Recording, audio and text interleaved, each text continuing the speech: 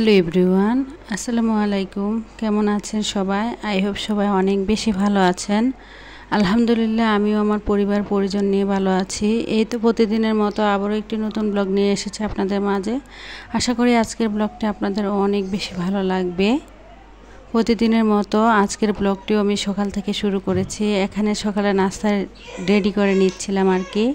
আজকে সকালে নাস্তায় রুটি, বেশিরভাগ আমার পরিবারে কিন্তু রুটিটাই বেশি খাওয়া হয়, আর আমি কিন্তু রুটি খেতে অনেক বেশি পছন্দ করি।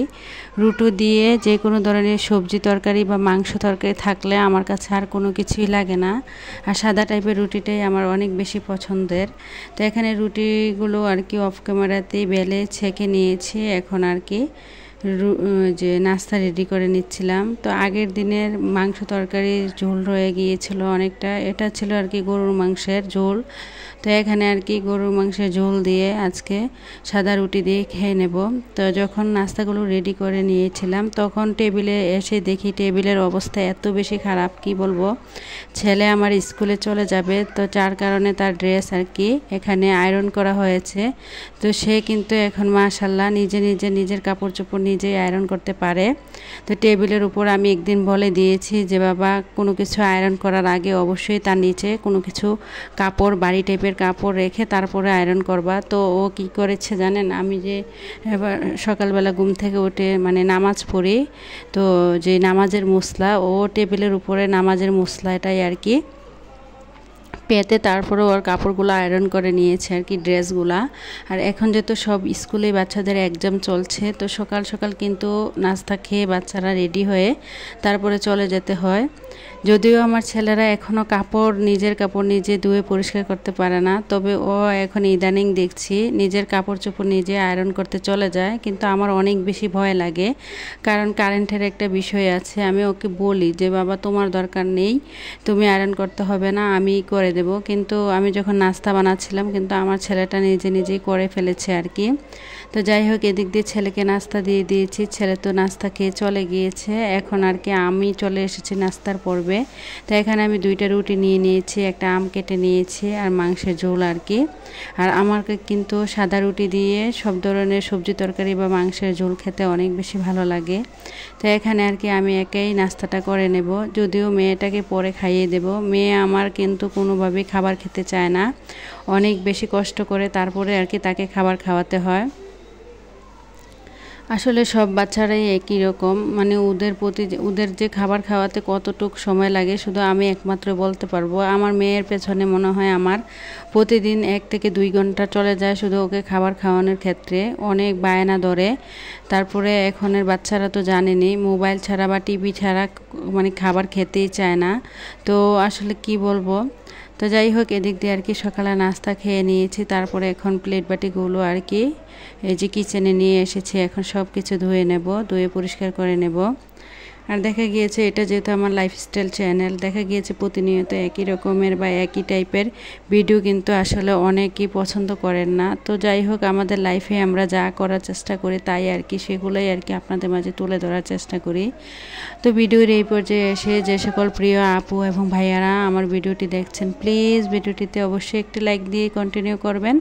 আর যারা অলরেডি এই কাজটি করে দিয়েছেন তাদেরকে জানাই অসংখ্য ধন্যবাদ।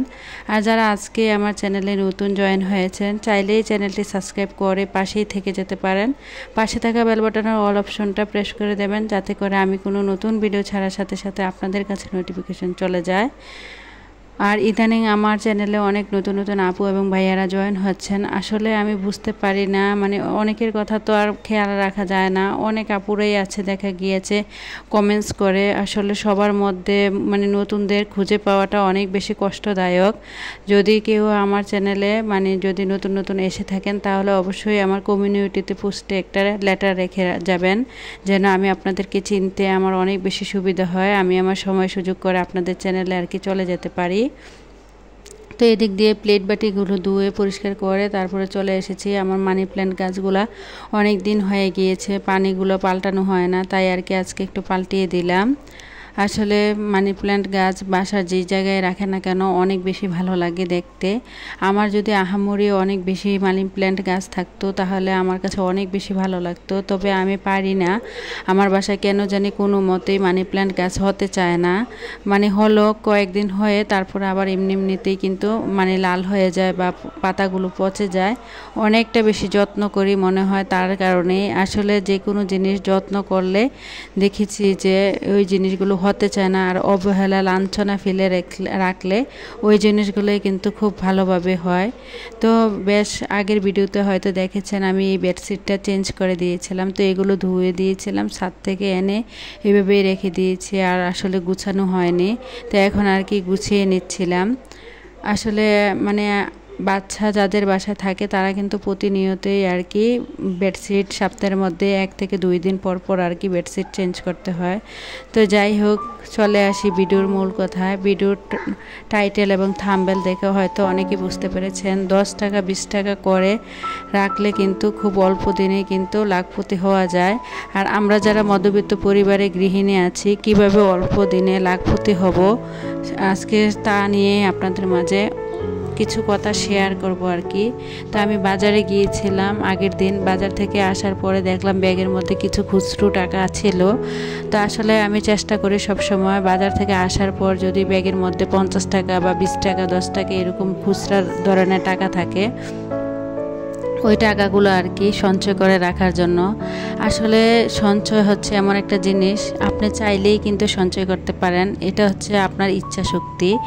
তা আসলে ভিডিও টাইটেল এবং থাম্বনেলে তো দেখতেই পেয়েছেন মধ্যবিত্ত পরিবারের গৃহিণীরা কিভাবে অল্প দিনে লাখপতি হওয়া যায়। আজকে তারই কিছু টিপস দেব আপনাদেরকে। আশা করি আমার ভিডিওর সঙ্গেই থাকবেন, কেউ অবশ্যই ভিডিওটি স্কিপ করে দেখবেন না। আসলে আমরা যারা মধ্যবিত্ত ফ্যামিলির মানে গৃহিণী আছি বা অনেকে আছে, অনেকের হাজব্যান্ড কিন্তু এই যে দেশের বাইরে থাকে, তাছাড়াও কিন্তু এখন বর্তমান যুগে দেখবেন অধিকাংশ নারী কিন্তু যে বাজারে যায়, হাজব্যান্ড যদিও ব্যাংকে জব করে বা বাংলাদেশে কোনো জবরত থাকে, তারপরে কিন্তু এখন বর্তমানের মেয়েরা এত বেশি বা গৃহিণীরা এত বেশি ট্যালেন্টেড হয়ে গিয়েছে যে ওনারা কিন্তু ওনাদের সংসারটাকে কিভাবে সুন্দরভাবে ম্যানেজ করবে সব কিছুই কিন্তু ওনারা খুব সুন্দরভাবে বুঝতে পারে। বাজার গিয়েছে হাজব্যান্ড অফিস আদালতে চলে যায়, যাওয়ার সময় টাকা দিয়ে যায়। আমরা যদি ওইখান থেকে একটু হিসেব করে বুদ্ধি করে আসলে সংসারটা চালাই তাহলে কিন্তু খুব অল্প দিনে লাখপতি হতে পারবো। কিভাবে হতে পারবো তাই আর কি বলছি। দেখেন, আমি যদি বাজারে যাই বা আপনারা যখন বাজারে যান, বাজার থেকে আসার সময় কিন্তু প্রতিনিয়ত কিন্তু দেখবেন আপনার ব্যাগের মধ্যে 10 টাকা 20 টাকা 50 টাকা করে অনেক কিন্তু খুচরো টাকা থাকে। এই খুচরো টাকাগুলো কিন্তু আমরা যে কোনো ধরনের মাটির ব্যাংক বা প্লাস্টিকের ব্যাংকে জমালে খুব মানে দেখেন আপনি যদি 10 টাকা 20 টাকা করে জমান, একটা সময় কিন্তু এই টাকাগুলো অনেকটা বড় অ্যামাউন্টে পরিণত হবে, যেগুলো কিন্তু আমাদের বিপদের দিনে অনেক বড় বন্ধু হবে। আসলে টাকা ছাড়া এই পৃথিবীটাই ফাঁকা। টাকা নেই যার, তার কোনো মান সম্মান বা আপন মানুষ কোনো কিছুই নেই। টাকা আছে দেখবেন আপনার মান সম্মান সব কিছুই আছে। এই পৃথিবীতে যাদের টাকা আছে তাদের মাথায় সবাই তেল দিতে জানে, আর যাদের টাকা নেই তাকে কেউ তাদের তেল দিবে থাক দূরের কথা, তাদের খোঁজ খবর নেওয়ার সময়টুকু কিন্তু নেই। তাই সংসারটা যেহেতু আপনার, সংসারটা যেহেতু আমার, কিভাবে সংসার খরচ থেকে 10 টাকা 20 টাকা করে প্রতিনিয়ত সঞ্চয় করব, এই টার্গেটগুলো কিন্তু আমাদেরকেই রাখতে হবে। আর এইভাবে করে যদি প্রতিনিয়ত আমরা 10 টাকা 20 টাকা করে জমাই, এই টাকাগুলো কিন্তু একটা দিন আমাদের বিপদের দিনে অনেক বেশি সাহায্য সহযোগিতা করবে। বা ছেলে মেয়েদের ভবিষ্যতের কথা চিন্তা করে হলেও কিন্তু আমরা, বা বৃদ্ধকালের কথা চিন্তা করে হলে কিন্তু আমরা এভাবে করে সঞ্চয় করতে হবে। আসলে সঞ্চয় করা এটা হচ্ছে আপনার একটা ইচ্ছা শক্তি। যার ইচ্ছা শক্তি যত বেশি সে কিন্তু তার লক্ষ্যে খুব তাড়াতাড়ি পৌঁছাতে পারে। আপনি যদি চান যে না আমি কিছু দিনেই অনেক টাকার মালিক হব, তাহলে কিন্তু আপনার হাত মানে সম্ভব যে আপনি হতে পারবেন। আপনার যদি ইচ্ছে না থাকে যে না আমি টাকা পয়সা জমাবো না, সব টাকা পয়সা খেয়ে দিয়ে বা সংসার খরচ করে শেষ করে ফেলবো, অনেকে আছে বুক বিলাসিতা করে। আসলে মধ্যবিত্ত সংসারে বুক বিলাসিতা বলতে কোনো কিছুই নেই, নিজের শখ আহ্লাদ বলতে কোনো কিছু নেই। অনেক কিছু কিন্তু বিসর্জন দিয়ে সংসারটাকে খুব সুন্দরভাবে ম্যানেজ করতে হয়, এবং কি সংসারের জন্য আয় উন্নতির কথা চিন্তা ভাবনা করে কিন্তু 10 টাকা 20 টাকা করে এভাবে কিন্তু টাকা সঞ্চয় করতে হয়। একজন মধ্যবিত্ত ফ্যামিলির বউরাই জানে কিভাবে তাদের সংসারটাকে খুব সুন্দরভাবে পরিচালনা করে 10 টাকা 20 টাকা বা 50 টাকা করে আর কি টাকা জমাতে পারবে। এইভাবে করে কিন্তু 10 টাকা 20 টাকা করে টাকা জমালে আপনার দেখবেন বছর শেষে কিন্তু অনেকটা টাকা জমা হয়ে যাবে। আসলে আমরা কিন্তু বুঝতে পারি না যে অল্প দিনে কিভাবে আমরা লাখপতি হব। আপনারা চাইলে কিন্তু 10 টাকা 20 টাকা, কেউ 50 টাকা, কেউ 100 টাকা, কেউ প্রতি মাসে দেখা গেছে 500 1000, যার যতটুকু সামর্থ্য অনুযায়ী আসলে সবসময় চেষ্টা করবেন সঞ্চয় করার জন্য। সঞ্চয় এমন একটা জিনিস, আসলে সঞ্চয় না থাকলে সংসারে কখনো আয় উন্নতি করা যায় না। সংসারটা যেহেতু আমাদের, অবশ্যই সংসারটাকে কীভাবে সুন্দরভাবে বুদ্ধি দিয়ে ধৈর্য দিয়ে সংসার চালাতে হবে শুধু আমরাই বুঝি। আসলে মধ্যবিত্ত ফ্যামিলির বউরা কিন্তু মানে স্বামীর ইনকাম যেমনই হোক না কেন, তারা যদি একটু হিসেব করে চিন্তা করে বুদ্ধি করে চলে তাহলে কিন্তু তাদের সংসারটা অনেক বেশি উন্নত করতে পারে। যেই ঘরে গৃহিণী যত বেশি বুদ্ধিমতী বা হিসেবি বা দেখা গিয়েছে যে সঞ্চয়ী, ওই ঘরটাই কিন্তু অনেক বেশি বা খুব তাড়াতাড়ি কিন্তু আসলে উন্নত লাভ করতে পারে। একটা সংসারে উন্নতির পেছনে কিন্তু গৃহিণীদের হাত সবচেয়ে বেশি আর কি। তো যাই হোক, এদিক দিয়ে আপনাদের সাথে কথা বলতে বলতে কিন্তু এখানে পেঁয়াজ পেস্ট করে পাবদা মাছ বোনা করে নিয়েছি, আর কলমি শাক আর কি এখানে ভাজা করে নিয়েছি। আজকে কলমি শাক আর পাবদা মাছ দিয়ে আর কি সুন্দরভাবে হয়ে যাবে। আসলে আমি সবসময় চেষ্টা করি খুব কম খরচের মধ্যে কিভাবে আমার সংসারটাকে সুন্দরভাবে চালাবো। এখান থেকে 10 টাকা 20 টাকা 50 টাকা করে সঞ্চয় করব।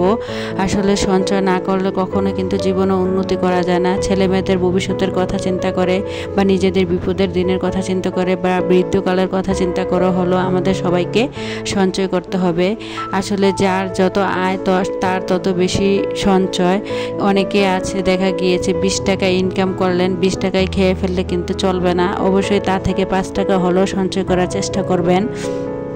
আসলে সঞ্চয় একটা কিন্তু খুব ভালো অভ্যাস, তাই সবসময় ছেলে মেয়েদেরকেও সঞ্চয়ী বা ভালো অভ্যাসে পরিণত করবেন। ছেলে মেয়েদেরকে ছোটোবেলা থেকে হিসেবি হয়ে চলার চেষ্টা করাবেন বা সঞ্চয় করাতে শেখাবেন। এতে করে দেখা গিয়েছে একটা সময় ছেলে মেয়েরাও কিন্তু সঞ্চয় করা শিখে যাবে। আমি কিন্তু প্রতিনিয়ত আমার ছেলেদেরকেও এইভাবে আসলে সঞ্চয় করতে করাতে চেষ্টা করি। তো এদিক দিয়ে আর কি বিকেলবেলা ফুচকা নিয়ে এসেছিলো, তো ফুচকাগুলো রেডি করে নিয়েছিল। তো এখন আর কি আমি একটা খেয়ে দেখব। আর ফুচকা তো সবারই অনেক বেশি পছন্দ। আমার পরবর্তী ভিডিও দেখার আমন্ত্রণ জানিয়ে আজকের মতো ভিডিওটা এখানেই শেষ করছি। সবাই ভালো থাকবেন। খোদা হাফেজ। আসসালামু আলাইকুম।